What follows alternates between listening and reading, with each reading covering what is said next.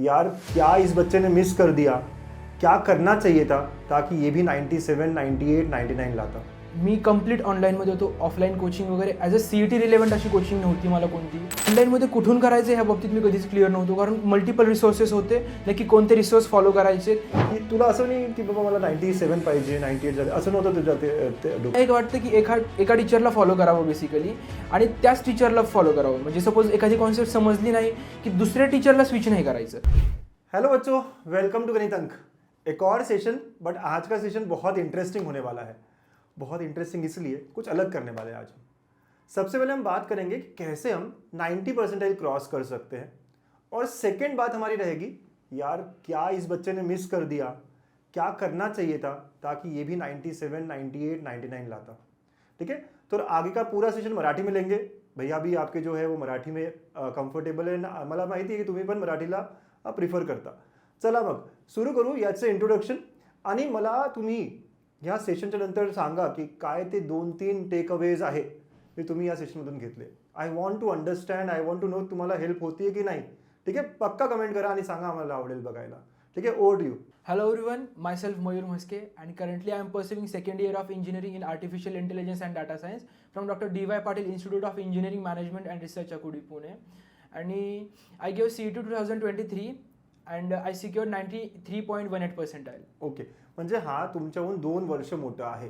हा सेकंड इयरमध्ये आहे आणि AIDS ब्रांच तुम्हाला माहित नाही जास्त ना, तो ब्रांच करतोय. चांगली ब्रांच आवडते तुला? हो. ओके. भैयाचं यूट्यूब चॅनल पण आहे, AIDS बद्दल काही काही सांगतोय ना. काय नाव आहे? Tech tutorial. बघा, टेक ट्युटोरियल्स बघा, जॉईन करा आणि इंजिनिअरिंगच्या वेळेला जॉईन करा, आवडेल तुम्हाला. ठीक आहे.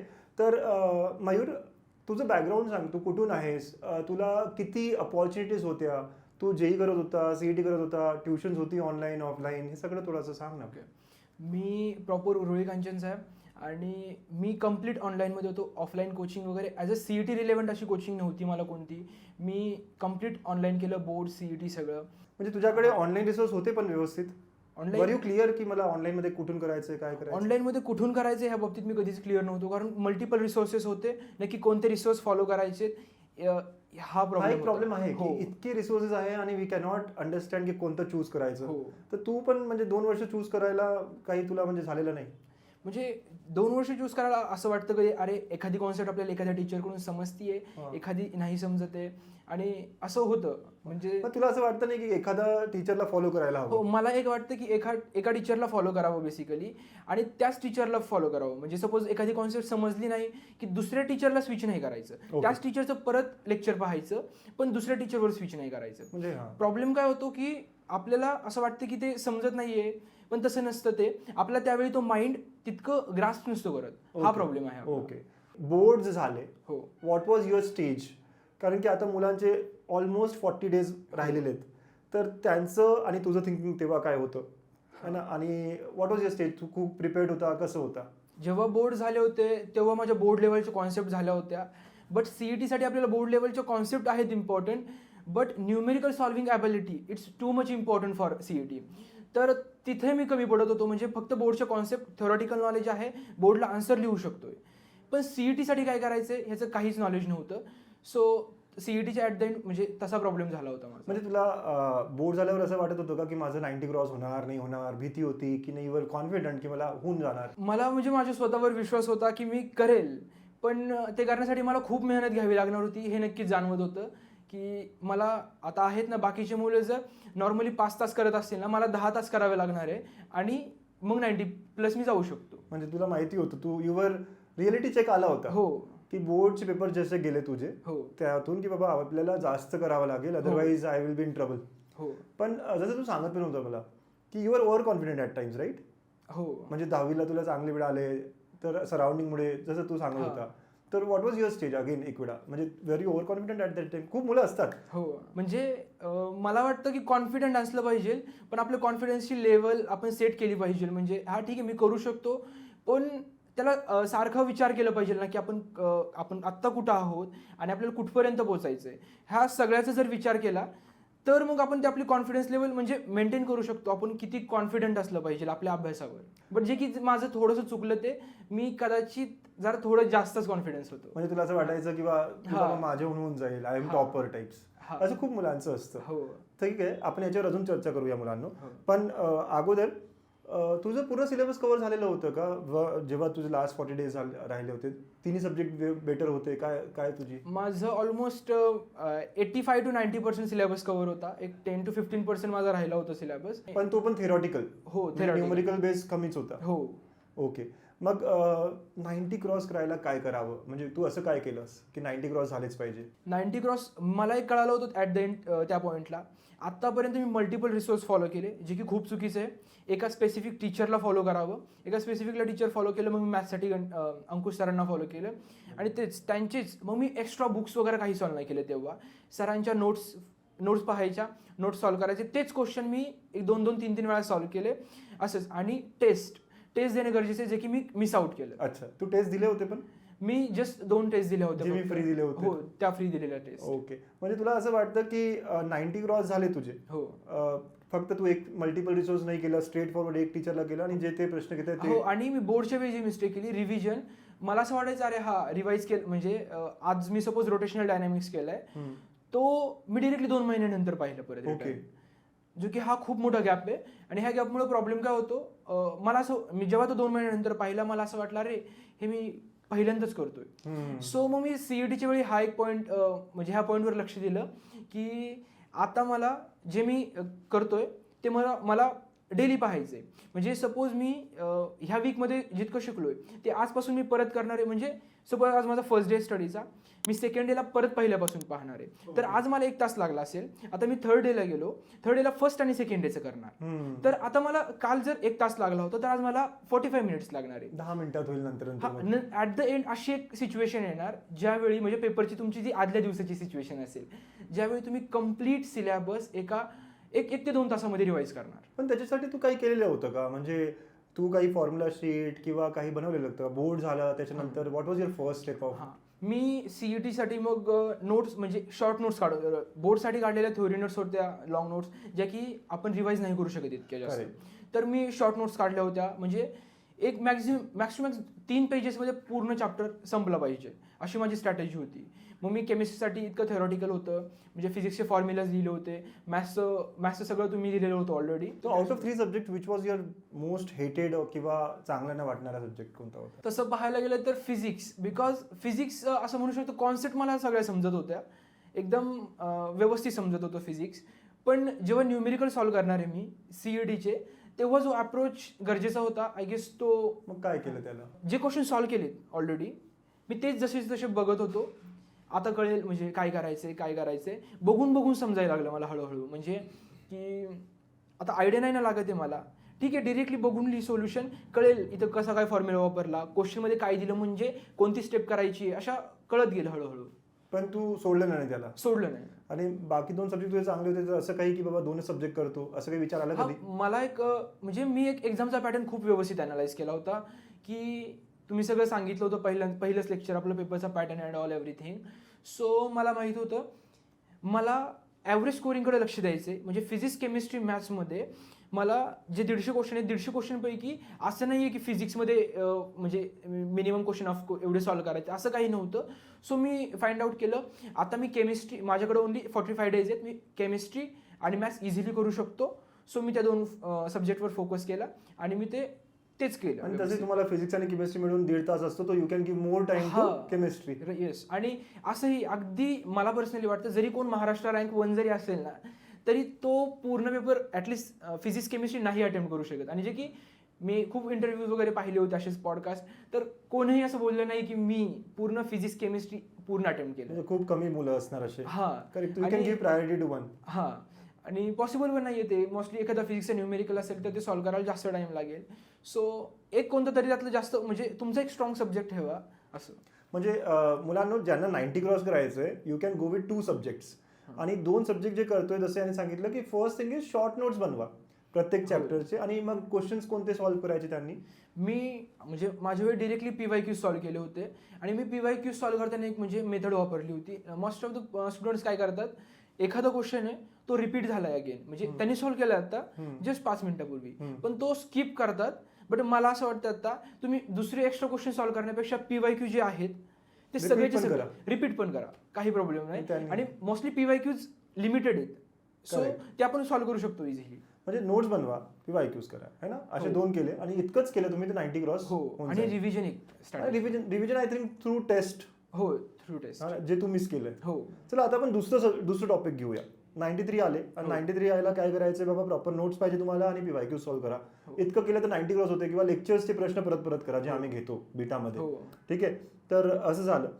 नाव द नेक्स्ट थिंग इज की तुला असं नाही की बाबा मला 97 पाहिजे, 98 झाले, असं नव्हतं तुझ्या ते डोक्यात तेव्हा? ऑफकोर्स वाटत होतं मला, पण ऑफकोर्स सगळ्यांचं COEP ड्रीम असतं. मलाही वाटत होतं 99 पर्सेंटाईल प्लस यावं, वाटत होतं मलाही. पण व्हॉट यू मिस्ड, काय तू नाही केलं आणि यांनी केलं पाहिजे? पहिलं कन्सिस्टन्सी, डिसिप्लिन, जे की मला असं वाटतं मी बऱ्यापैकी होतो. बट प्रॉब्लेम असा आहे, जरी आपण करत असतो म्हणजे प्रॉपर प्लॅन आपल्यासाठी म्हणजे आपल्याकडे असला पाहिजे. लाईक म्हणजे आपण जे करतोय त्याची प्रॉपर रिव्हिजन केली पाहिजे. आणि मी मॉक टेस्ट दिल्या नाही, म्हणजे ॲट द एंड फक्त 2 टेस्ट दिल्या, त्याही मॅथ्सच्या दिल्या होत्या फक्त. म्हणजे तुला असं वाटतं revision was the most lacking part? Yes. आणि ते तू दिलं असतं जास्त टेस्ट झालं असतं. हो, आणि मॉक टेस्ट सुद्धा इम्पॉर्टंट असतात. आता असे डेज आहेत की तुम्ही एक चॅप्टर केला की तुम्हाला लगेच टेस्ट दिली पाहिजे. 2 चॅप्टर केले की लगेच ते पहिल्या 2 चॅप्टरवर परत टेस्ट दिली पाहिजे, जे की मी बिलकुल नाही केलं. म्हणजे मला माझं नॉलेज अॅनालाइज करायचा चान्स नाही मिळाला. Got it. म्हणजे तू असं म्हणतोय की एखादा कोर्स घेतला पाहिजे हो. टेस्ट सिरीजचा हो. आणि 8-10 टेस्ट तरी दिले पाहिजे फुल, हो. किंवा चॅप्टर टेस्ट दिले पाहिजे. हो. है ना, chapter test are also important according to हो. यू. मुलांनो बघा, म्हणजे याला असं वाटतं की 93 ते 97, 98 जाण्याचं जो मुख्य कारण आहे, हो. मेजर पॉईंट आहे, तो आहे की revision, and that could have been done through test. तर तू कधी असं विचार नाही केला की आय शुड हॅव गिवन, मतलब आता मी देतो त्या दिवस म्हणजे तेव्हा जेव्हा तू होता CET ला? तेव्हा असं वाटत होतं की आता हा जेवढं राहिले अगोदर पूर्ण सिलेबस कम्प्लीट करूयात आणि मग टेस्ट देऊयात. असं खूप लोकांचं होतं असं. आणि जे की तेव्हा मग नंतर परत अशी एक स्टेज येते की आता एक्झाम आली आहे, आता जर आपण टेस्ट दिली तर कॉन्फिडन्स डाऊन होईल. हो. आणि हा पेपरवर खूप बॅड इम्पॅक्ट करेल. सो ही एक खूप इम्पॉर्टंट स्टेज वाटली मला. सो मी तिथे जरा I think you resonate with lot of people here. म्हणजे एकदम व्यवस्थित, कारण की त्यांना कसं वाटतं की टेस्ट दिला कमी स्कोर आहे तो कॉन्फिडन्स डाऊन होईल, किंवा मला सिलेबस कम्प्लीट करू दे नंतर टेस्ट देतो, असं करत करत करत करत ते टेस्टच देत नाही. आणि मग CET त्यांना इतकी बंपर वाटते, इतकी भारी वाटते की बाबा आपलं काहीच झालेलं नाही, कसं होतं वगैरे. टाइम मॅनेजमेंट पण होत नाही, तो पण तुला प्रॉब्लेम झाला असेल. जर तू सांगितलं पण मला की फिजिक्सचे तुझे काही प्रश्न म्हणजे अनअटेम्प्ट होते, म्हणजे तू तुक्का पण नाही मारू शकला, हो, just because time management proper नव्हता. तर मुलांनो खूप मोठा टेकअवे आहे इथे. आय थिंक की टेस्ट दिले पाहिजे आणि कमीत कमी 6, 7, 8 टेस्ट तरी द्या, 10 टेस्ट तरी द्या, है ना, फुल सिलेबस चॅप्टर टेस्ट पण द्या. ठीक आहे. तर do you think this is the only reason? Yes. आणि एक प्रॉपर स्ट्रक्चर प्लॅन, मी म्हटलं ना आता, जसं की एक प्रॉपर स्ट्रक्चर प्लॅन पाहिजे आपल्याकडं. जेव्हा मल्टिपल रिसोर्स येतात तेव्हा आपण टाइम खूप वेस्ट करतो. एक स्पेसिफिक कोणता तरी कोर्स पकडा, त्या कोर्सच्या अकॉर्डिंग चाला. तुम्ही ज्या ट्युटरकडून शिकताय त्याला मोस्ट ऑफ म्हणजे खूप एक्सपिरियन्स असतो, आणि जर प्रॉपर प्लॅन घेतला तर त्यांनी त्यांची स्ट्रॅटेजी बनवलेली असते, त्यांना कोणता कधी चॅप्टर शिकवायचा आहे, एक्झामच्या अगोदर सिलेबस संपवायचा आहे. सो अकॉर्डिंग टू मी तुम्ही एका स्पेसिफिक कोर्सला फॉलो केलं पाहिजे. म्हणतो की प्लॅनिंग पाहिजे. हो. किंवा प्लॅनिंग नसती तर आपल्याला असं वाटतं की बाबा माहिती राहिलंय पण होऊन जाईल. हो. नेहमी असं वाटतं की आय कॅन डू इट, म्हणजे असं करत करत 10 दिवस झाले तरी आपल्याला वाटतं I can do it. This was your case? Yes. नेहमी असं वाटतं की आय कॅन डू. आणि स्वतः प्लॅन करणं खूप डिफिकल्ट आहे. त्यासाठी सांगतो की कोणाला तरी फॉलो करा. जसं मी बीटाचं शेड्यूल दिलंय तर you can follow that schedule. पण एखादा स्किप झाला किंवा एखादा बॅकलॉग राहिला त्याच्यात, तर मग कसं करायचं? तू काही असं काही होतं असं माझं. सपोज एखादं लेक्चर नाही झालं किंवा, तर मी काय करणार, ते जे स्पेसिफिक सेशन आहे त्या दिवशी मी एक्स्ट्रा टाइम काढणार. आणि त्या दिवशी म्हणजे सपोज एखादा टास्क असेल की मला आज एक एक्स्ट्रा काहीतरी ऍक्टिव्हिटी आहे ती मी स्किप करणार, आणि त्याच्या जागी हे मी माझं लेक्चर असाइन करणार. ओके. किती दिवस, किती आवर्स एका दिवसात करायचा अभ्यास? मी कसं केलं होतं, घरी नव्हतो करत, एक नंतर लायब्ररी म्हणजे जॉईन केली होती. सो तिथं मी रेग्युलरली जायचो. सकाळी मी 9 वाजता एंटर करायचो तिथे आणि 5 वाजता घरी यायचो. सो मग हा एक टाईम होता. आणि त्याच्यानंतर घरी आला की मग एक रात्री परत 8ला बसणार अभ्यासाला, 8 ते 12, 1. म्हणजे 5-6 तास इकडे आणि 5-6 तास इकडे, 10 तास तर करायचंच. इथं लेक्चर पण आले, जे बघायचं वगैरे सगळे आले. ठीक आहे, तर मग इतकं तर करावंच लागेल. पण ठीक आहे, मला कसं वाटतं आता सपोज काहींना असं वाटेल, आता मी म्हटलं की आपलं थोडेसे बोर्डचे पहिल्यांदा प्लॅन हवा, बट जर आता कन्सिस्टंटली केलं, 10-12 तास दिले व्यवस्थित, तर इझिली होऊ शकतं. एक स्पेसिफिक कोर्स फॉलो करून इझिली होऊ म्हणजे शकतं. जो आता सांगतो की 80 पण होणार नाही त्याचं 90 क्रॉस होऊ शकतं, ज्यांचं 95 आहे त्याचं 98 होऊ शकतं, हो आखरी 45 डेज मध्ये असं होऊ शकतं. हो. But you have to do lots of works we have to do first of all. आणि जो इम्पॉर्टंट सांगतोय की PYQ सॉल्व्ह करायचे आणि टेस्ट Test सिरीज, series. दोन खूप मोठी गोष्टी आहेत. आपण जे करतोय हे अनालाइज होण्याचा एकच मार्ग आहे आपल्याकडे, टेस्ट. हा. आणि तेच जर आपण नसेल करत तर आपल्याला कळणार किती, अरे आपण टेस्ट देताना नक्की काय मिस्टेक्स करतोय, एका क्वेश्चनला किती टाइम देतोय, हे कळणार कसं, आपल्याकडे एकच वेळ टेस्ट. एक्झॅक्टली. तर हे सगळं केलं तर तू केलं असतं हो. तर तुला किती आले असते? आय एम शुअर 99+ जायला हवं होतं. 98 तर जाणारच. हो लिटरली माझे म्हणजे कॉलेजचे टीचर्स वगैरे सगळे असे कॉन्फिडंट होते माझ्यावर की मयूर ऑफकोर्स तू जाशील 99 पर्यंत जाशील तू, कारण त्यांना वाटत होतं मी करतोय तितका, बट मी करत होतो पण वे चुकीचा होता. म्हणजे जास्त माहिती नव्हतं वगैरे हो. वगैरे, राईट? म्हणजे तू कोणतीच काही पेड वगैरे काहीच केलं नव्हतं, स्वतः सगळं युट्यूब फ्री वगैरे करत होता. हो ऑलमोस्ट. तरी छान आले मग तुझे, हो. राईट? चला खूप मस्त, छान वाटलं आणि आय एम शुअर तुझ्याकडून खूप काही यांना मिळणार. हो. मुलांना समजलं की काय दादा सांगतो तुम्हाला. अजून काही तुला म्हणायचं आहे, काही suggestions you have to give? मला एकच सांगायचं आता सध्या, आता आपल्याकडे जितका टाइम राहिलाय, मागे काय झालं हे आता बिलकुल म्हणजे लक्षच देऊ नका. आपल्याकडे आता 45 डेज आहेत, तर तुम्ही करू शकता. ॲटलिस्ट 99 एम ठेवण्यापेक्षा, म्हणजे ज्यांचं काही झालेलं नाहीये, 95 is too much better. Like म्हणजे पाहायला गेलं तर 100 मधल्या फक्त 5 लोकांना 95 होत आहे. पहिले 5. हा ते 90, आता जर काही झाले नसेल तर 99 एम करण्यापेक्षा तुम्ही 95 इझिली मिळवू शकता. सो त्याच्याकडे फोकस करा आणि रेग्युलरली एक क्लास म्हणजे एक प्रॉपर वे फॉलो करा. एक पेड कोर्स जर म्हणजे सरांच्या कोर्सचे तर प्राईस इतके अफोर्डेबल आहे, सो कोणीही अफोर्ड करू शकतं. सो त्याच्यासाठी पण जाऊ शकता तुम्ही. आणि जर मग कोर्स फॉलो केला तर ऑफकोर्स त्याच्या सगळा टेस्ट स्ट्रक्चर असतो, त्याच्यानंतर नोट्स वगैरे सगळं ऑलरेडी आहे. स्वतः जास्त काही मेहनत घ्यायची गरज नाही. So just follow. हो जस्ट फॉलो केलं ना मुलांना, मी पण गॅरंटी देऊ शकतो, तुम्ही या 45 डेज 40 डेज जितके तुमच्या हातात आहे याच्यावर खूप चांगलं एक लीप, एक जम्प करू शकता. You can easily score 95+. तुमचं काही झालेलं नसेल तर, पण झालेलं असेल तर you can go towards 98 99. That is for sure. ठीक आहे, बस आपल्याला व्यवस्थित अभ्यास करायचा आहे. आणि मला सांगा तुम्हाला काय आवडलं या व्हिडिओमध्ये. ठीक आहे, 2-3 काय तुम्हाला की टेकअवेज मिळाले, आवडेल आम्हाला ऐकायला, है ना? ठीक है, चलो तो ऑल द वेरी बेस्ट बच्चों, मचाएंगे, करके दिखाएंगे. And thank you to sir for giving me this opportunity, for giving me this opportunity of a podcast, and thank you team Ganitang, and all the best for your examination.